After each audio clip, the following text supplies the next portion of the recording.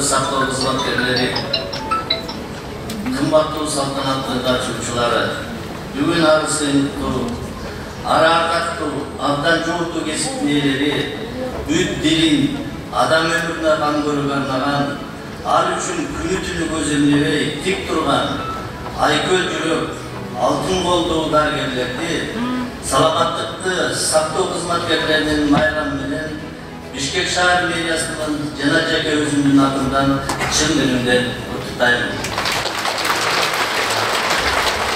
Эзелден элибиз бекерден биринчи байлык ден соолук деп айткан эмес.